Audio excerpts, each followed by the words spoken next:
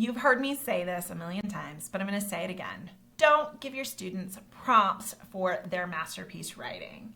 It's tempting to do because it's what we've been doing. We give prompts, projects, and craftivities, and there's so many of them out there.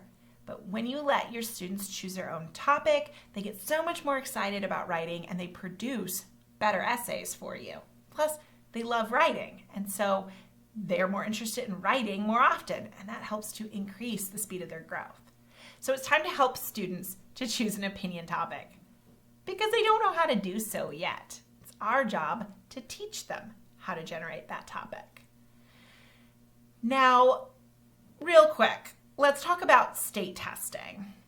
Because when it comes to state testing, they're not going to be able to pick their topic. They're going to be given a prompt. And sometimes teachers are a little bit nervous about letting students choose their own topic because they want to prepare students for testing. I understand it. There's so much pressure to make sure our students perform well on testing. But I want to remind you that all of the lessons you're going to be teaching in this unit are going to help them to do better on that prompt. You're going to help them to write better leads and have stronger opinion statements and reasons and examples. They'll understand the difference and how to use them. They'll know how to have a call to action and a conclusion. So you're teaching them so many things that you probably haven't been able to teach them before. Also, coming up with your own topic can be more difficult than just being given a topic. So just because you're teaching students to come up with a topic now doesn't mean they won't be able to respond to a prompt later. If they already love writing, they'll be much more willing to write a quality essay to a prompt than they are now when they don't really love writing yet. Also, you can be practicing these text-dependent prompts during your reading groups and your whole group reading lessons too. That way, during writing workshops, students can choose their own topic and work through the writing process with you. All right, let's talk about the strategies that I teach for coming up with these topics. The first one that I teach is favorites. And they write in the middle of their paper, favorites, and then they list all of their favorites. You're going to model this in front of your students, and you really need to be careful. Model things that are more complex than favorite color. Writing an essay about why purple is better than blue is really challenging. It's going to be very difficult to come up with the reasons and examples for an essay like that. So we want students to think about favorites that are a little bit deeper. This could be their favorite movie. A favorite movie can easily become an opinion topic. If they feel like The Little Mermaid is their favorite movie, then the opinion is The Little Mermaid is the best Disney movie ever. It's easier to come up with reasons for that one than it is for purple's the best color. Their favorite book can become an opinion topic.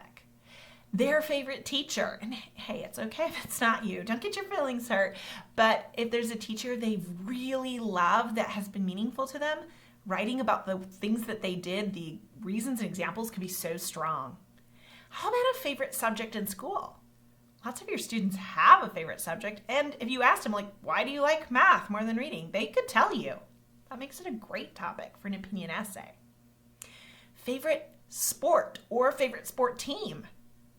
I bet many of your students have opinions about which football team they want to win the Super Bowl or which player even should be receiving the VIP or which player even should be receiving the MVP award.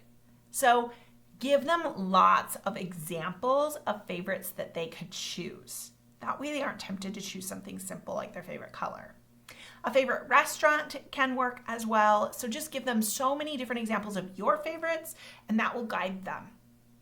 The second day, I teach the strategy, things I want. This usually ends up being my students' very favorite strategy because, well, kids love to tell you what they want and they're very rarely asked. So I ask them, if you could ask your parent, grandparent, teacher, coach, principal, mayor, president for anything, what would it be? And they start saying things like, well, I want an allowance. I want a later bedtime. I want a little brother. I want a puppy. I want to be allowed to join the soccer team. I want to be the pitcher in the next baseball game. I want to be able to go to this concert. I want to be able to have longer recess. I want to be able to go on a field trip. I want a different class pet. All of these things are opinions. And once my students see that, they really get excited about opinion writing. These are the two strategies that I teach for the first masterpiece. I will have students practice each strategy after I model it, and then after 2 days, they will have lots of different topics written. They'll choose the one that gets them the most excited, and that will be the topic for their first masterpiece. These topics generally don't require a lot of research, maybe a little here or there, but mostly they don't require a lot of research. Writing about why you like math more than reading doesn't require research. Writing about why you should be allowed to have a later bedtime doesn't require research. And I like that for our first masterpiece because we're learning so many different strategies right now that it's a little bit easier if they don't have to do a bunch of research. But I do want them to get to the point where they're doing what I call taking a stand. So when we do our second masterpiece in the unit, I teach a third strategy, taking a stand.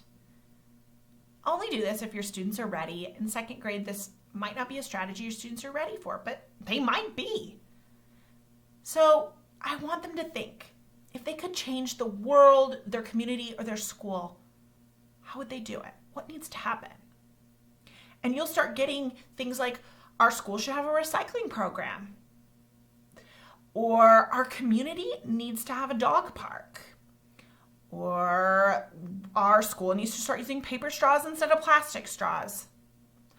We should be required to bring our own bags to the grocery store rather than using plastic bags. All of these types of topics are really interesting opinion topics, but they will require some research. See, if we're talking about using paper straws instead of plastic straws, it would be interesting for them to research what happens with a plastic straw, what happens with a paper straw, how many plastic straws are used in our country or our world each day. So you'll want to schedule in some time for research if your students use this strategy.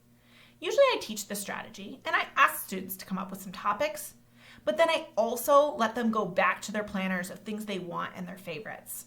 And they ask them, choose the topic that gets you most excited. Some of them are going to include one from their new strategy of taking a stand, and others are going to go back and still choose a favorite or something they want. And I'm fine with that because I think they should be really excited, motivated, and inspired by their topic. So have students choose something that they can't wait to convince you to believe them. This is one of students' favorite type of writing because of that. If they get to choose their own topic, they are going to be super excited about this writing unit.